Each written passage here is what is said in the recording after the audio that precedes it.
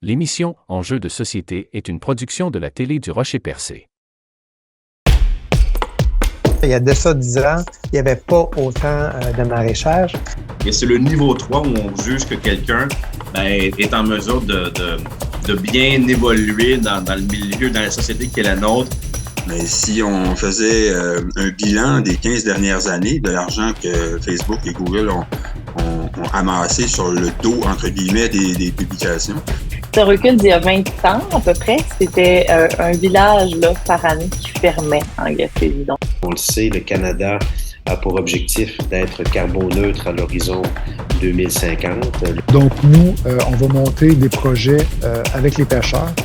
De faire un compost maison de qualité, c'est très possible. Quand les finances personnelles sont bien gérées, que le magasinage en soi paraît au budget et est bien déterminé, c'est un outil qui peut être très, très utile. Alors que le projet de mine de pouzzolane à ciel ouvert d'Eco-Roc d'Alousie suscite la controverse, le groupe citoyen Non Merci, Pouzzolane d'Alousie invite la population à une projection du documentaire Malartic. Quel parallèle peut-on tracer entre ces deux réalités minières? Jean-Marc Beaulieu nous éclaire sur les enjeux de cette mobilisation. Le projet de mine Pouzzolane d'Alousie, ça le dit, c'est un projet de mine qui a sorti comme ça, du jour au lendemain qu'on a su qu'il y avait un projet de mine à Dalhousie, qui est maintenant Heron Bay au Nouveau-Brunswick. Nous, ici, on l'a su au mois de juin, aux alentours du mois de juin. Et donc, à partir de ce moment-là, il y a un groupe de citoyens là, du côté gaspésien, parce que nous, Dalhousie, où on demeure, je suis justement à notre chalet en ce moment, c'est en face de nous. C'est à 3-4 kilomètres en traversant la baie. On a Dalhousie comme paysage.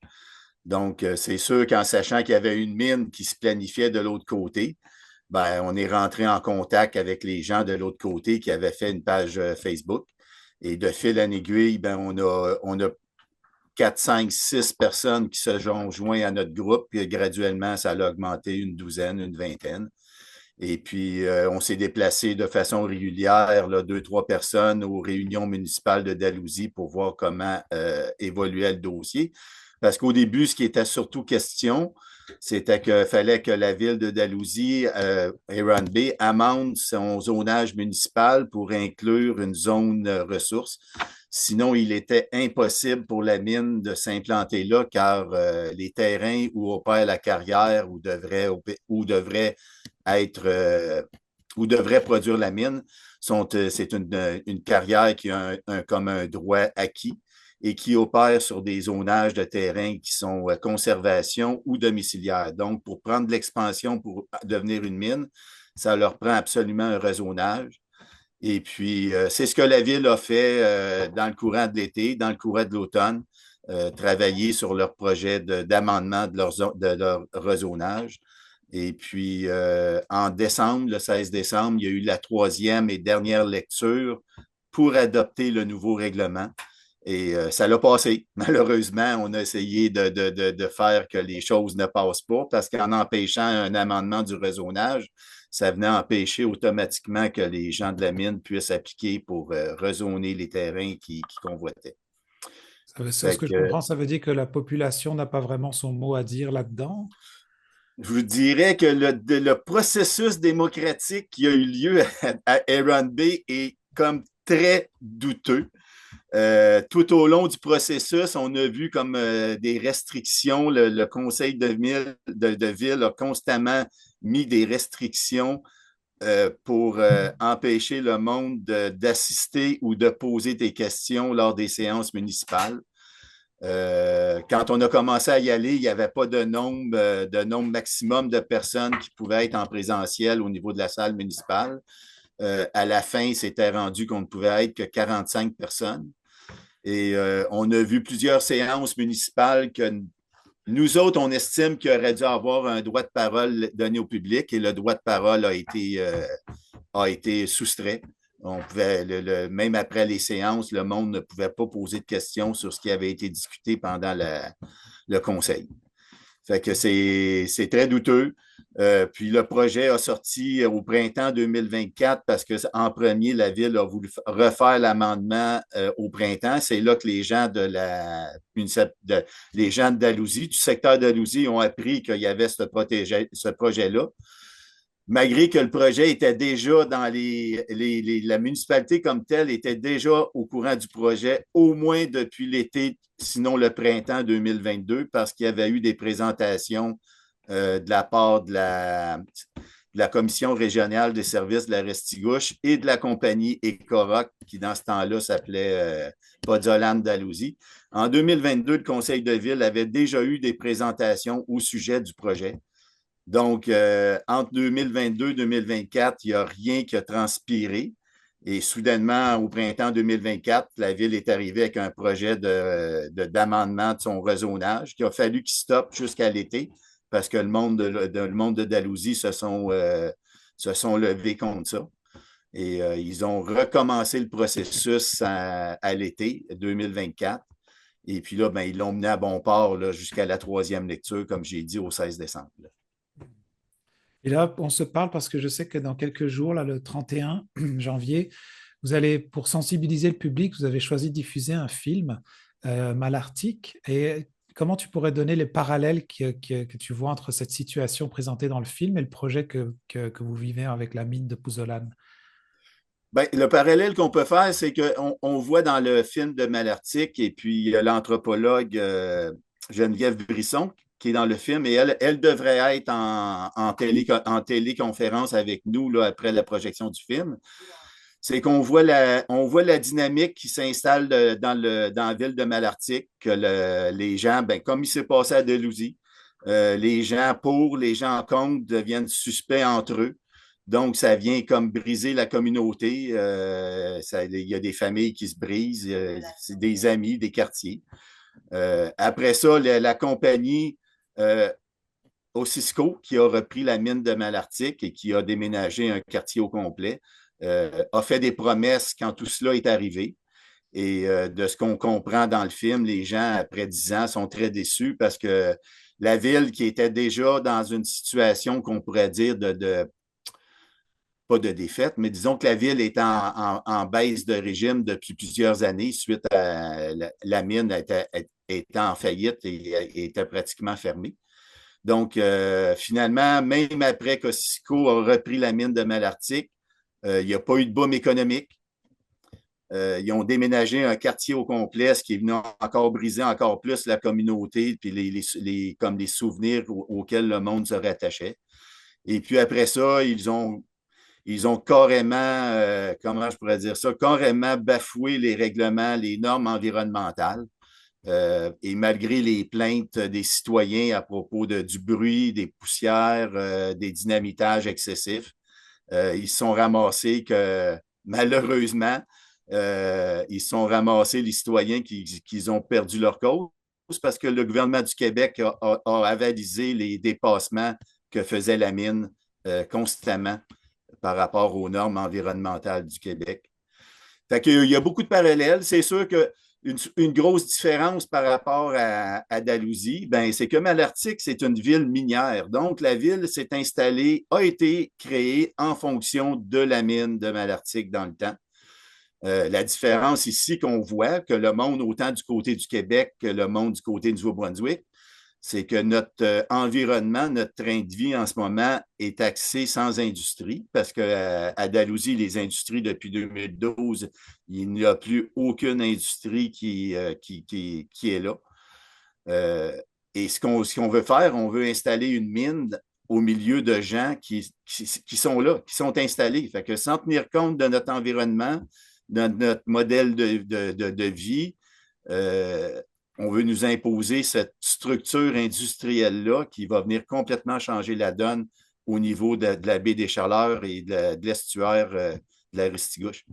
Parce que ce que je comprends, c'est qu'il y a quand même des enjeux environnementaux, des enjeux sociaux, et il y a quand même un passé, là tu parles de 2012, parce qu'avant ça, il y a quand même eu un peu des industries qui étaient là, puis il y a eu un passé où on voit qu'il y a même des répercussions. Je parlais avec Léo l'autre fois qui me disait que s'ils viennent draguer pour pour que les navires puissent venir, ça va faire ressortir un peu toutes les produits, les chimies qu'il y a eu à l'époque.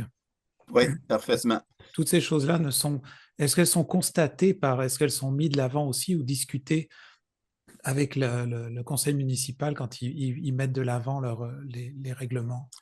Ouais, tout a été discuté, tout a été mis à la table parce qu'on a fait beaucoup de recherches, que ce soit des articles scientifiques ou tout a été mis à la table que la baie, au niveau dragage, la baie, c'est certain qu'elle est contaminée d'un côté à l'autre, de la rive du Nouveau-Brunswick à la rive québécoise. Le lit de l'estuaire, les sédiments sont contaminés. C'est sûr que depuis 12 ans, il n'y a plus aucune contamination, donc l'épaisseur de sédiments sur le dessus, les contaminations sont moindres, excepté que si on creuse pour aller redraguer le port de Dalhousie et peut-être même le canal pour mener en eau plus profonde pour que les bateaux puissent rentrer et sortir, ben, on va remettre en circulation parce qu'on parle de draguer on parle de draguer un 5 mètres plus profond qu'habituel. Donc, on va prendre les sédiments qui sont là, qui reposent en profondeur et on va les remettre en circulation. À chaque fois qu'un bateau va passer, probablement, on peut imaginer qu'avec les hélices, les sédiments vont encore se remettre en circulation. Donc, ça va, au point de vue des sédiments, c'est sûr et certain, là, un dragage va remettre en circulation des sédiments, que ce soit de mercure, d'arsenic, ou qui ont été dégagés par soit le moulin à papier, soit l'industrie qui produisait des produits pour les moulins à papier à base de mercure, ou les dégagements là, par les cheminées de la centrale thermique qu'il y a eu à Dalhousie. Tout ce qui est au fond de la baie va être remis en circulation. Ça, c'est à peu près certain. Pour les autres effets, ben, pour nous à Dalhousie, autant que les gens pour nous, excusez, à Miguasha, autant que pour les gens de Dalhousie, ben là, on parle de bruit, on parle d'effets visuels, on parle de poussière, parce que c'est sûr qu'une mine, c'est des poussières, c'est des micro-poussières, c'est des ultra-fines, même on parle maintenant d'ultra-fines poussières qui peuvent parcourir des dizaines de kilomètres dans l'air avec un fort vent. Donc, ça ne restera pas cantonné là, à la mine et au port qui veulent l'utiliser pour sortir leurs produits. Ça va se répandre autant de notre côté que dans la ville de Dalhousie, que même... moi, j'ai lu que ça pouvait aller jusqu'à 60 km, là, des ultra-fines particules avec un bon vent. C'est des dizaines et des dizaines de kilomètres. Donc, on ne sera pas les seuls qui vont être atteints par ces poussières-là en théorie. C'est sûr qu'on parle de théorie ici, mais l'autre problème avec ces compagnies-là, c'est que pour bâtir leur compagnie puis nous convaincre de l'accepter, ben, ils font la même chose. Ils nous proposent des modèles théoriques qui ont rentré leur chiffre dedans.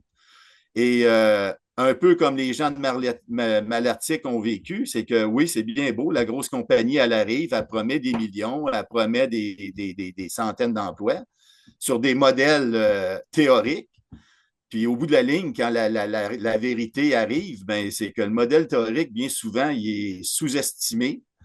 Et puis les gens se ramassent avec une compagnie établie que tu es comme obligé des endurer. Puis nos gouvernements ont beau émettre comment je pourrais dire ça, des contraventions, des fautes de ne pas avoir respecté des normes. Les sommes sont ridicules, puis ces compagnies-là, les enjeux sont tellement importants qu'ils continuent à dépasser les normes permises. Puis comme ils disent dans le film de Malartic, finalement, les compagnies reçoivent les contraventions comme si c'était des permis à polluer, tout simplement, ou à dépasser les normes. Les citoyens comme tels, les communautés, ben, ont été floués dans leurs droits. Puis si on regarde comme Malartic, ben, le gouvernement est en arrière de la compagnie pour leur permettre le tout. Et justement, pour la date de cette... Est-ce que tu voudrais nous donner plus de détails pour que les gens qui nous écoutent justement avant le 31 janvier puissent se présenter pour aller voir le film? Ça se passe où? Oui, la date, c'est vendredi 31 janvier. C'est à la Polyvalente de Pointe-à-la-Croix, à la salle de la Polyvalente. On ouvre les portes à 4 heures. On commence la projection à 5h30. On parle toujours heure du Québec, là, parce qu'ici, c'est important, nous autres, de le spécifier, parce que vu qu'on travaille avec les gens du Nouveau-Brunswick, il faut tout le temps spécifier. Fait que 5h30, heure du Québec, on commence la projection. Le film dure autour d'1h30. Et après la projection, ben, comme je vous disais, là, à moins de contraintes, l'anthropologue environnementaliste qui est dans le film va nous joindre par téléconférence, Geneviève Brisson, pour parler justement de... Elle est dans le film. Elle était là pour constater justement les effets sur la communauté, là, les effets de la mine, puis de ce que ça a amené comme divergence dans la communauté. Et puis, on devrait aussi avoir l'environnementaliste militantiste Marc Fafard, qui est de la Côte-Nord, qui devrait aussi nous rejoindre en Zoom, en conférence, en téléconférence. Monsieur Fafard a beaucoup milité au niveau des mines et au niveau de la rivière Moisy sur la Côte-Nord. Beaucoup milité au niveau de la l'ouest minière et des claims. Fait qu'il devrait être là. Et puis après le film aussi, on devrait avoir des genres de groupes de discussion. Parce que principalement, la réunion, la projection du film a été amenée en fonction de réunir les gens du Nouveau-Brunswick et du Québec dans une même salle pour discuter. Et moi, je vous dirais que même les gens pour la mine sont les bienvenus pour une discussion franche et ouverte, parce que le problème qu'on a connu à Dalhousie au mois de décembre et à partir du mois d'octobre, il y a eu beaucoup on s'est fait, nous, les gens du Québec, on s'est fait intimider autant verbalement, pas nécessairement physiquement, mais verbalement. On a reçu des menaces. Il y a des gens au Nouveau-Brunswick, à Dalhousie, qui ont reçu des menaces aussi. Donc, on aimerait beaucoup si on pouvait un peu tempérer les ardeurs, puis être capable de s'asseoir avec les gens qui sont pour la mine. Tout se discute et regarder vraiment c'est quoi les finalités de ce projet-là, puis que c'est à part que l'ouvrage, les emplois qu'ils disent qu'ils vont fournir, c'est quoi au bout de la ligne que ça va amener, par exemple, comme pollution et au changement de la vie actuelle des gens autour de la baie. Là. Juste pour terminer, justement, par rapport au futur, je sais que cette rencontre-là pour le film, c'est pour sensibiliser davantage la population. Je ne sais pas si ça va sensibiliser les décideurs à ce sujet, mais comment est-ce que les citoyens qui nous écoutent, intéressés, vont participer à ces événements et aux échanges? J'imagine que c'est important, mais davantage pour s'impliquer ou soutenir votre cause, est-ce qu'il y a moyen justement de contribuer? Ben, nous, on a une page Facebook en français qui est le Non Merci, Pozzolane Dalhousie. Du côté du Nouveau-Brunswick, ils ont une page Facebook aussi qui est le No Thanks, Pozzolane Dalhousie. Puis en allant sur les deux pages Facebook, là, vous allez avoir, le monde peut avoir notre adresse courriel. Ils peuvent aussi aller voir notre argumentaire de groupe, puis voir différentes informations qu'on donne. On a une revue de presse exhaustive depuis même depuis 2022. Là, on recueillait des articles qui étaient au sujet de la mine. Du projet de la mine depuis 2022, on a une revue de presse exhaustive. Le monde qui veut vraiment s'informer depuis le début peuvent aller lire les différents articles de presse ou écouter les vidéos. Et on a aussi sur le site là, un lien qui mène, parce qu'en ce moment, on est en train de recueillir des signatures parce qu'on envoie une lettre à M.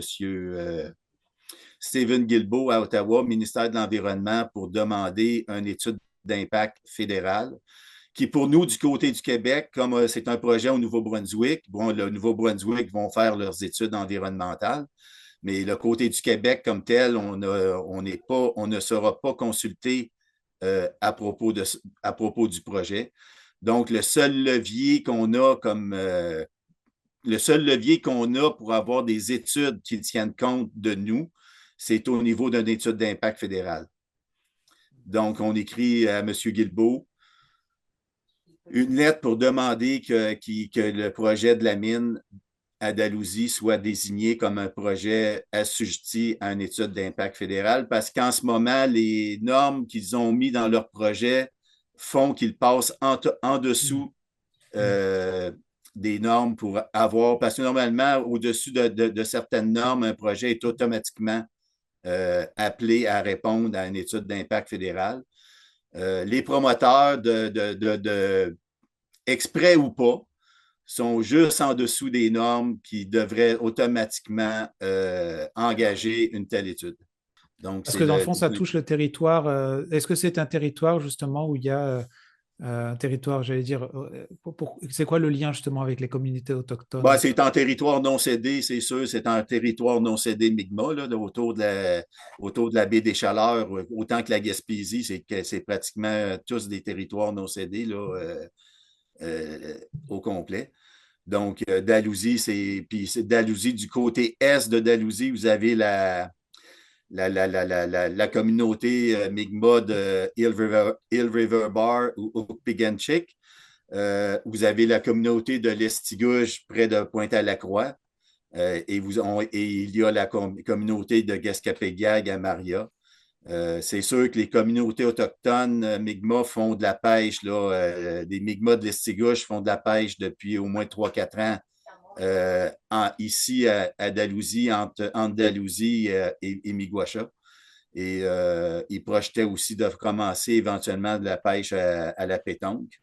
Donc, c'est sûr que eux, puis il y a aussi le saumon qu'il ne faut pas oublier, qui est un gros morceau, parce que le saumon les saumons qui passent ici dans la baie, ben, c'est les saumons qui remontent dans les rivières pour les pêcheurs de pêche sportive. Donc, s'il y a un dynamitage ou le dragage qui fait que ça vient affecter les passes migratoires du saumon dans la baie, ben, c'est sûr que les rivières où s'exerce la pêche sportive vont être atteintes. La pêche commerciale que les communautés Mi'kmaq font, autant saumon que homard ou éventuellement pétonque vont être atteintes. Que ce soit après ça, il y a les bancs de coq de Miguacha qui pourraient être atteints. Fait que, oui, les communautés autochtones ça va probablement les atteindre aussi autant que nous.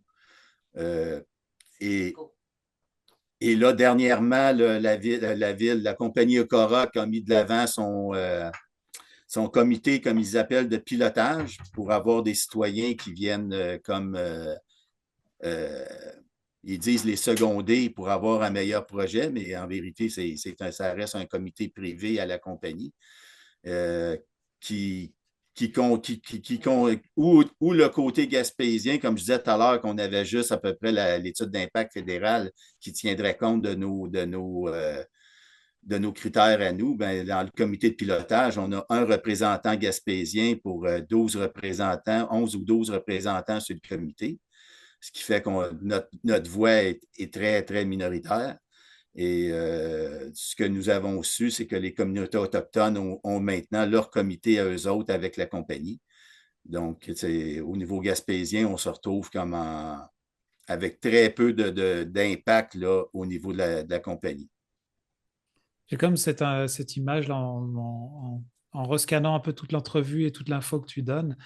Il n'y a pas beaucoup de possibilités ou d'optimisme à ce que les choses puissent changer. Je sais quand on repense à d'autres choses qui sont passées dans le passé, c'est pas comme si on n'avait pas des exemples de situations déjà similaires. Là, vous allez projeter Malartic, mais il y en a d'autres, même en Gaspésie, là, des effets comme ça où il y a comme une impression où on n'a pas le contrôle et puis c'est d'autres personnes qui vont prendre les décisions et ça se fait peu importe. Et j'ai l'impression qu'on est toujours sur les mêmes types de modèles, ou est-ce que toi qui es beaucoup plus dedans, est-ce que tu vois qu'on peut quand même peut-être un peu changer les choses? On se retrouve dans les mêmes modèles. Moi, où je mets où on a l'espoir, c'est que ici, la baie des Chaleurs, entre Miguacha et Dalhousie, Escominac, c'est l'estuaire de la Restigouche qui est un environnement très, très, très spécifique. C'est une zone protégée ZICO pour question des oiseaux migrateurs, qui n'est pas une norme, obligatoire là, de respecter pour les gouvernements. Mais on a l'effet des trois communautés autochtones qui font qu'on sait que les Autochtones, quand ils décident de mettre leurs pieds à terre, bien, habituellement, les gouvernements vont écouter un peu plus. Comme je disais, l'estuaire, c'est une zone environnementale très spécifique. Donc, on espère que ça va jouer dans les décisions. On a le musée de Miguacha, qui est un site protégé héritage de l'UNESCO. On espère qu'il va jouer là-dessus. Et on a aussi, là, on met l'espoir, c'est parce que au niveau de Miguacha, Escominac, Carleton-sur-Mer, depuis 10, 12, 15 ans, le volet récréo-touristique économique s'est beaucoup développé. Donc, si on parle pour nous à Miguacha, l'ouverture d'une mine de l'autre côté avec un site industriel sur le port de Dalhousie qui va peut-être opérer 7 jours sur 7, 24 heures sur 24, ben, c'est difficilement envisageable avec des touristes de notre côté qui vont venir ici pour la beauté de la nature, profiter des sports nautiques, profiter de la tranquillité des lieux, puis qu'ils vont avoir dans le visage, en phase 2, un site industriel, probablement en fonction à plusieurs heures par jour, du bruit, des lumières. Fait que, moi, je crois que on a des billes dans notre panier. Il faut les jouer comme il faut. C'est ce qu'on essaye de faire avec la lettre d'étude d'impact à M. Guilbeault à Ottawa. Et puis, faut cogner à toutes les portes. Je crois que si on cogne à toutes les portes puis être persévérant, ben c'est le trouble dans cette dynamique d'intervention-là, c'est que ça use. On a très peu, les citoyens ont très peu de levier. C'est vraiment des heures et des heures de bénévolat. Tandis que les compagnies, l'autre bord, ben eux, ben, ils ont l'argent, ils ont le temps d'attendre, ils ont des avocats, ils ont des comptables. Fait que eux, ils profitent, ils cochent les cases, ils font avancer leur projet tranquillement. Puis si ça passe, ben tant mieux. Si ça passe pas, ben ils vont se réessayer ailleurs, c'est tout.